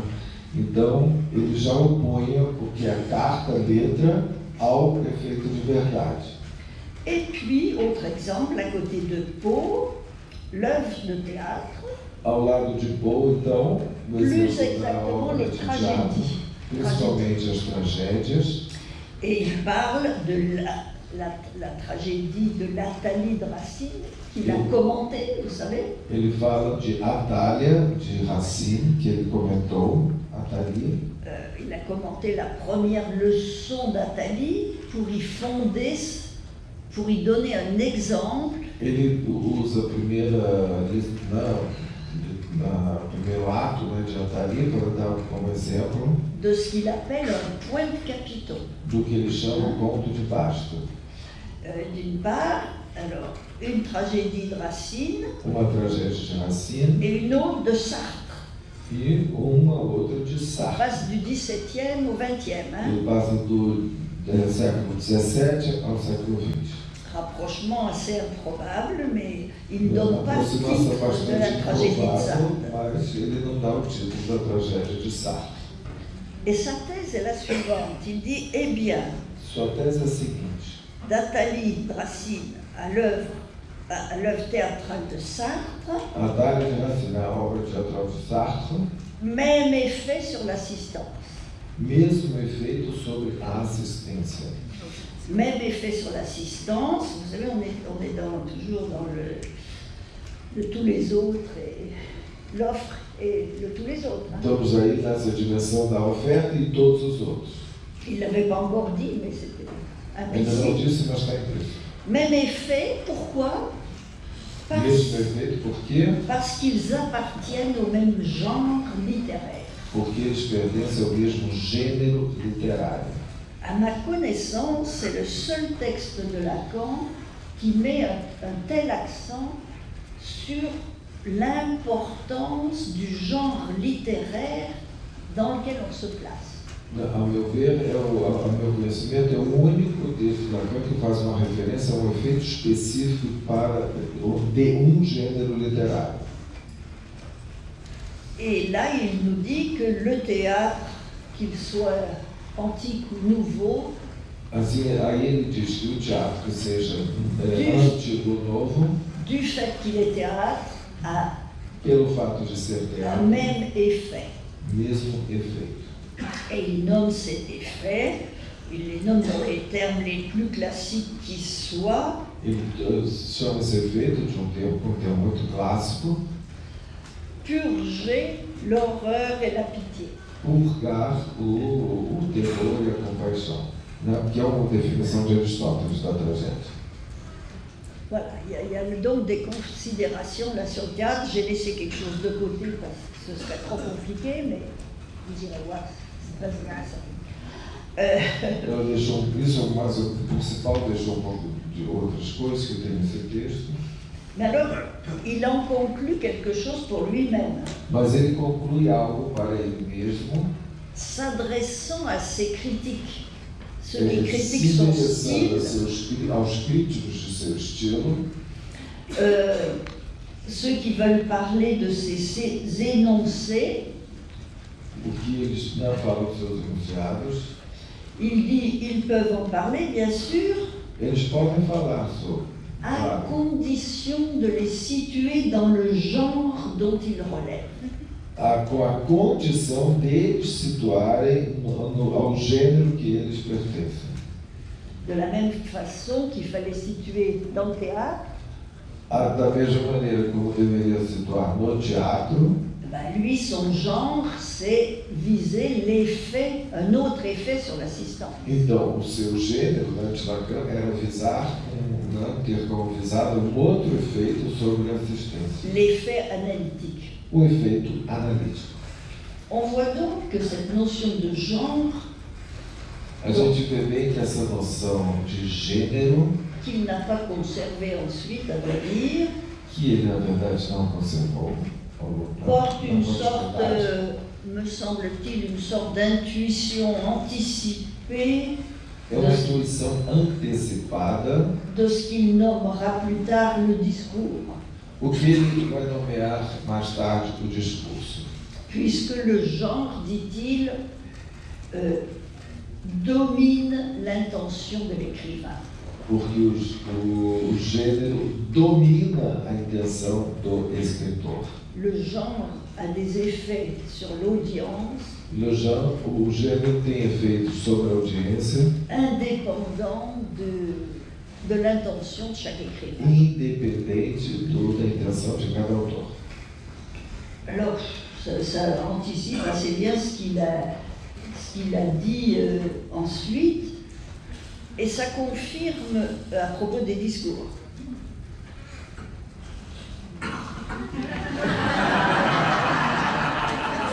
Il ne faut pas penser quand on traduit. Encore. Alors j'ai perdu le film. Ça anticipe un peu ce qu'il a dit ensuite du discours. Sim, isso antecipa o que ele disse depois sobre o discurso. Oui. Alors, en tout cas, ça confirme qu'il n'y a pas d'unité entre littérature et psychanalyse. Isso mostra que não tem unidade entre literatura e psicanálise. Il n'en était pas à ce moment-là à dire « je fais de la littérature ». Ele ainda não dizia nesse momento, eu faço literatura. Bon, alors je laisse ce texte de côté, vous ne le connaissez sans doute pas parce qu'il ne circule pas, mais Bom, vou deixar isso aqui de lado. Il faut quand même d'être lu très attentivement. Mas é muito interessante. J'ai laissé beaucoup de choses de côté. A gente podia publicar, on peut le publier. Il faudrait le demander. Ah ben, on verra ça. Não, vamos tentar, viu? Alors, je reviens où j'en étais avant d'évoquer ce texte. Bom, vamos voltar à questão do gênero literário. Finalement, ces développements de Lacan dans l'étourdi. Os desenvolvimentos, né, voltando, na verdade, depois do gênero literário, os desenvolvimentos de Lacan no Aturdito sont la condition pour comprendre ce que Lacan dit à ce moment-là de la littérature. O Aturdito é a condição para a gente compreender o que ele diz aí em relação à literatura. Il y a ce qu'elle dit et il y a qu'elle soit dite. Ce qui s'écrit et que ce soit écrit à Ou seja, o distinguer. que se diz é que se diga, que se escreve, que se escreva. Né? Essa mudança, que se escreva, que se diga. Le dire comme l'écrire O dizer como o escrever sont existentiels. são existenciais. Ça veut dire pas structural, hein, Ou seja, não é existentiel. estrutural. C'est un autre réel É outro real que le réel du langage. diferente do real da linguagem. Le réel du langage, ce sont les impossibles auxquels préside le langage. O real da linguagem são os impossíveis que presidem a linguagem. Alors, avec le dire et l'écrire, Como dizer e escrever, la question qui se pose est celle de leur finalité, a questão que se coloca é da sua finalidade, leur intention en quelque a sorte. sua intenção de alguma forma. Bon. Alors, je note que, du coup, on comprend la minoration de ce qui s'écrit. A gente compreende assim, a minoração, a desvalorização do que se escreve. Parce que l'intérêt est passé du côté qu'on écrit. Assim, a gente entende em Lacan essa mudança do que se escreve ao que se escreve. Et la thèse est sur Joyce, c'est... Entendeu? Do que se escreve ao que se escreva. Chez Joyce, c'est patent. Em Joyce é patente. Ce n'est pas le texte de Joyce qui intéresse Lacan. Não é o texto exatamente de Joyce que vai interessar Lacan. Il l'a lu, il a commenté certaines choses. Que ele leu, que ele comentou algumas coisas. Mais il a dit, ça ne le branche pas. Mas, como ele falou, isso não o liga, né? Não... Et même comme poète, il dit, il n'est pas très bon poète à mes yeux. Mesmo como poeta, ele não considera Joyce Donc, c'est pas moi qui fais une évaluation, c'est Lacan lui-même qui l'a dit. Il ne considérait pas Joyce comme un écrivain rare. Não considerava Joyce como escritor raro.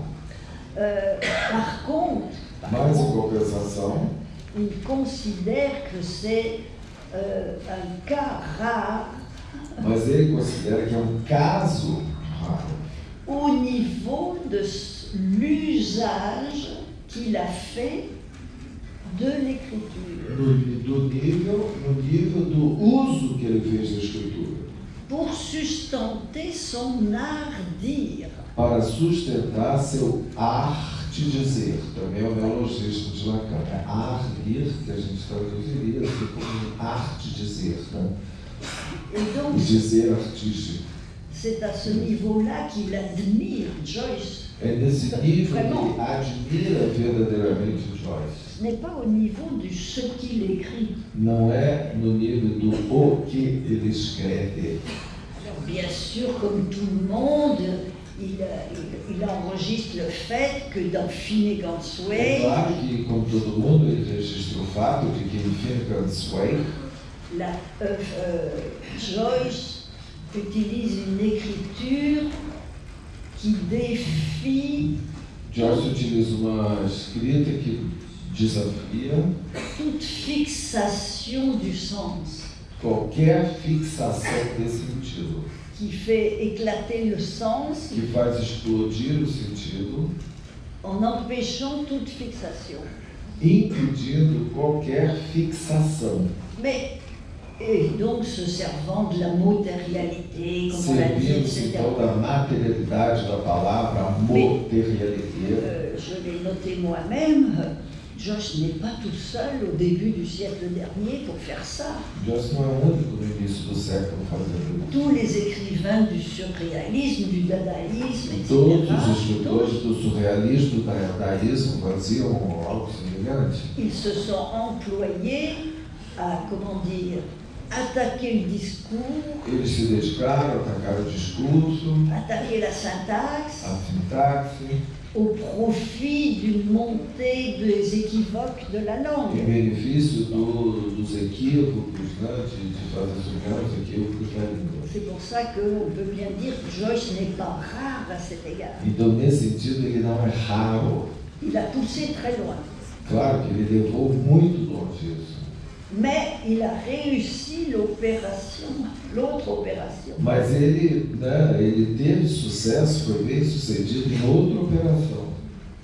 Avec ça, de créer le lien donnant-donnant.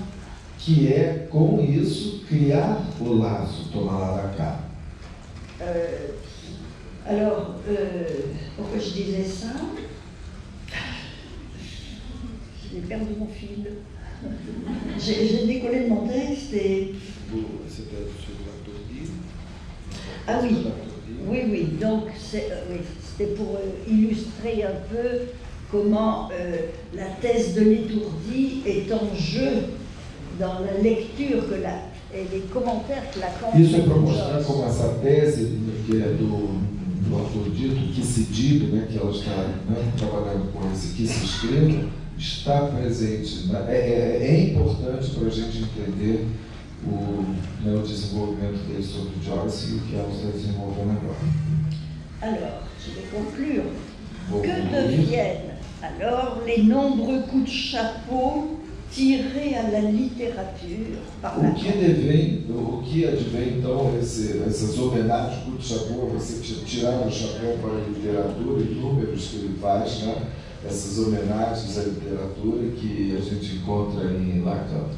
Et puis sa fameuse remarque dont on fait beaucoup de cas quand il dit... A sua famosa, bom, né, por exemplo, a sua famosa observação, que a gente trabalha muito, quando ele diz... Quand il dit que de l'artiste, le psychanalyste pourrait en prendre de la graine. Que o psicanalista pode, né, pode seguir o artista. Demandons-nous, est-ce au niveau de la pulsion anale? Será que é no nível da pulsão anal que nós queremos dizer? Alors, quand il disait ça, Lacan, il le disait contre Freud. Hein? Quando il dizia isso, il dizia contre Freud. Freud mettait les écrivains et le psychanalyste au pair. Hein? Au pair. L'expression au pair, apparemment, PAIR. Être au pair à la part? Égal. Colocar o analista e o psicanalista pareados. Il les mettait sur le même plan dans leur rapport à l'inconscient. Hein? Na sua relação com o inconsciente. Prendre de la graine, ça ressemble bien à un éloge de l'écrivain. Prendre de la graine, eu não sei como traduzir. Mais pegar o analista pega alguma coisa pega o grão, sei lá, pega a semente do escritor. Imitar. Faire aussi Imitar, bien. seguir. Ouais. Fazer como, né? O psicanalista faz como o artista.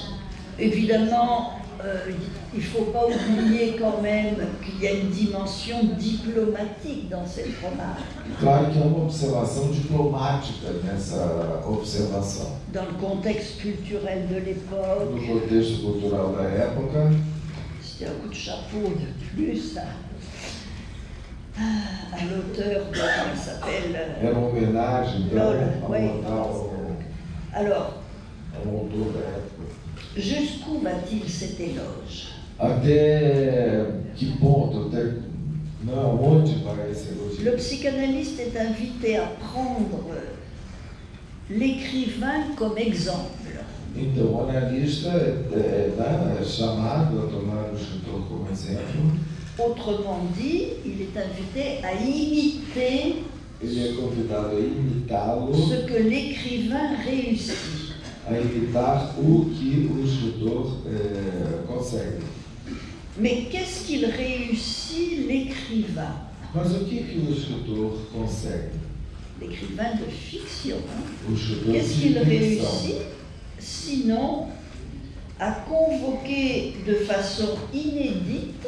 Ele consegue convocar de maneira inédita la jouissance écrite en 2 mots. O jouissance, o gozo do sentido, gozo, né? La jouissance écrite en 2 mots, c'est très voisin de la corporection.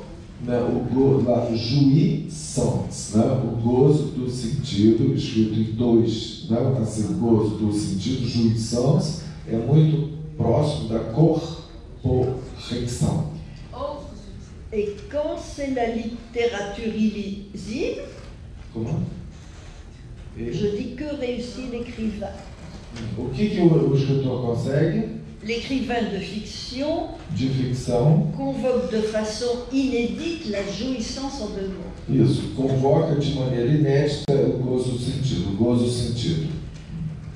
l'écrivain qui n'est pas de fiction du côté de l'illisible, o escritor que não é de ficção, que é do lado do ilegível, lui, il convoque le hors-sens de la lettre. ele convoca o fora do sentido da letra. Alors on pourrait, la jouissance hors sens de la lettre. O gozo fora do sentido da letra. Or, il est certain que l'interprétation elle-même vise... É certo que a própria interpretação visa toujours la jouissance. sempre o gozo. Point commun avec la littérature, donc. Ponto comum com a literatura.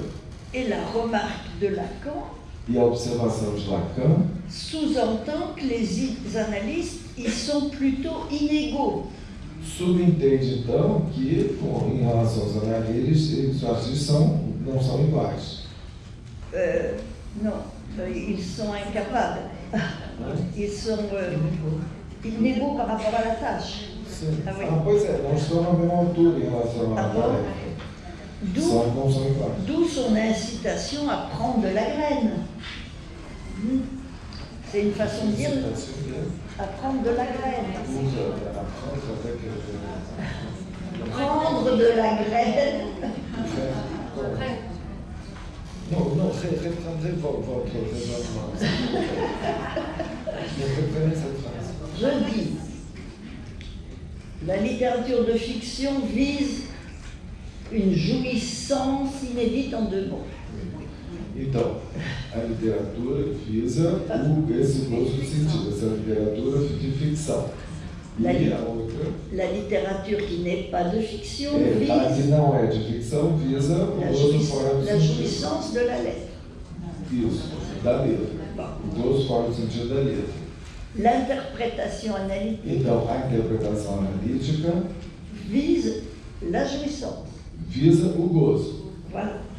Et avec sa remarque, quand il invite les analystes à imiter l'écrivain, quando então Lacan convoca os analistas a imitarem o escritor, il sous-entend que les psychanalystes sont inférieurs. Ele subentende que os psicanalistas são inferiores dans leur tentative de mobiliser la jouissance. Na sua tentativa de mobilizar o gozo. Alors, mais différence. Mais diferente. La littérature offre, au fond, la coalescence des mots et de la jouissance. A literatura oferece a coalescência das palavras e do gozo. Elle offre à la satisfaction du lecteur. Ela oferece isso para a satisfação do leitor. Du lecteur qui achète. Do leitor que compra.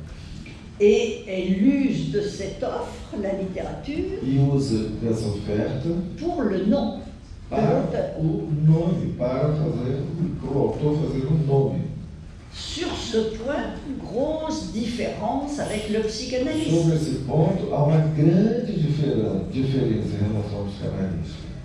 Il ne s'agit sûrement pas d'inviter le psychanalyste Não se trata de convocar o psicanalista à imiter l'opération d'enchantement du lecteur a imitar a operação de encantamento do leitor qui fait la littérature. Que constitui literatura. Au contraire, c'est l'inverse. É o inverso. Il s'agit de porter à l'évidence, trata-se de evidenciar chez l'analysant, no analisante, para o analisante, une jouissance qui était déjà là pour lui. Evidenciar um gozo que já estava ali, já era dada para o analisante. Dans son fantasme et dans son symptôme. Em sua fantasia e em seu sintoma. Et de cibler donc, e de visar donc, portanto, ter como alvo ce qu'était sa réaction corporelle particulière. O que era a sua reação corporal. Alors, l'instrument entre littérature et psychanalyse, o instrumento entre a literatura e a psicanálise, l'instrument est le même. É o mesmo instrumento. Le verbe. O verbo. La lettre, le langage. A letra, o verbo, a letra, a linguagem. La finalité est inverse. Mas a finalidade é inversa. Analyser la jouissance. Analisar o gozo. Ce n'est pas la métonymiser. Não é metonimizá-la. Pour un plus de plaisir. Não é metonimizá-lo, o gozo. Para mais gozar. En outre, celle que l'on analyse. Além do mais, o gozo que se analisa n'est pas toute métonymique. Não é todo metonímico. Elle est aussi fiction de symptômes avec un X. Também é ficção com X do sintoma. Et en ce sens, elle est corpo-différentielle. Nesse sentido, o gozo é corpo-diferencial. De littérature à psychanalyse, da literatura à psicanálise, il y a donc même moyen. Existe, entre literatura e psicanálise, nós temos aí os mesmos meios, mais antinomie de finalité. Mas uma antinomia de finalidades. Je crois que la thèse était déjà chez Lacan depuis 67 sur ce point. Acho que nós podemos dizer que desde 67 já estava aí essa tese. Je termine. Quel est l'index crucial de cette différence? Eu termino então com essa questão, qual é o índice, bien diferencial visible dans l'expérience. Que é visível na experiência. Eh bien, c'est que de la littérature, on peut se faire un escabeau. A partir da literatura se pode fazer o escabelo. L'escabeau du nom propre. O escabelo do nome próprio. On ne se fait jamais de nom propre par l'interprétation. Nunca se faz nome próprio a partir da interpretação. Les noms, tous les noms de la psychanalyse que vous connaissez, todos os nomes da psicanálise que vocês conhecem, aucun ne s'est fait son nom par l'interprétation. Nenhum fez o seu nome a partir da interpretação. Toujours par des écrits. Sempre através dos escritos. Alors, le lien analyste-analysant. O laço analista-analisante. Eh bien, il n'entre pas dans la structure du lien donnant-donnant. Não entra na estrutura do toma lá da cá. Sur lequel j'essaye d'attirer votre attention. Sobre o qual eu tentei chamar a atenção de vocês. Je l'ai formulé à une époque en disant l'acte analytique. O ato analítico, como eu já falei numa época, est un acte sans rétribution. É ato sem retribuição. En tout cas, sans rétribution d'escabeau. Em todo caso, em retribuição de escabelo. Et c'est même pire que ça. E ao mesmo tempo pior que isso. C'est-à-dire parce que c'est pire qu'on le paye. Ça, c'est une autre, une incise. Je dis c'est pire parce que à se faire le support du sujet supposé savoir. É pior porque quando você dá, pelo fato de se fazer, de se fazer de suporte do sujeito suposto saber. Comme Lacan y a beaucoup insisté, l'analyste est promis à être le rebut de l'opération analytique. Ele está prometido para ser o dejeto da operação analítica. Un rebut, c'est pas un déchet, hein? Rebotalho, mais rebotalho, desculpa. Isso é rebotalho da experiência analítica. Un rebut, c'est beaucoup plus simple, c'est un reste qui ne sert plus. O rebotalho é resto que não serve mais. Et donc, ce rebut, ce reste qui n'a plus d'usage, il n'est même pas recyclable. Si on veut le dire dans le vocabulaire d'aujourd'hui. C'est ce que Lacan nomme castration de l'escabeau pour l'analyse. É o que Lacan nomeia a castração do escabelo para o analista. il dit scabostration. Ele diz escabelos, castração, escabelos, mistura escabelo com castração e na outra escabelo, castração. Oui, il fait un néologisme qui condense escabeau et castration. É um neologismo que condensa escabelo e castração. Bon. Alors, peut-être que ce destin de castration de l'escabeau talvez o destino de castração de escabelo para o analista est une des raisons cachées é uma das razões escondidas de leur frénésie, do frenesi, parfois à écrire, às vezes de escrever, et aussi à se rendre visible, e também a se tornar à se rendre visible dans le monde social. No mundo social. Que ce soit dans le groupe analytique, que seja no grupo analítico, ou au dehors, à la radio, à la télévision, enfin partout où nous allons, nous y allons armés d'une bonne raison, a gente vai armado de uma boa razão, qui pourrait bien être un alibi, mais mas enfin, que pode ser que seja alibi. Nous avons toujours cette bonne raison, nous y allons por mais boa transmettre la razão psychanalyse. que a gente tem, e a nossa boa razão é transmitir a psicanálise. Ce qui pose la question de où se transmet-elle? O que se coloca Quand a elle se questão transmet. de Enfin, c'est un autre problème politique de notre onde temps. transmitir a psicanálise. É um problema, é uma questão política. Je suis-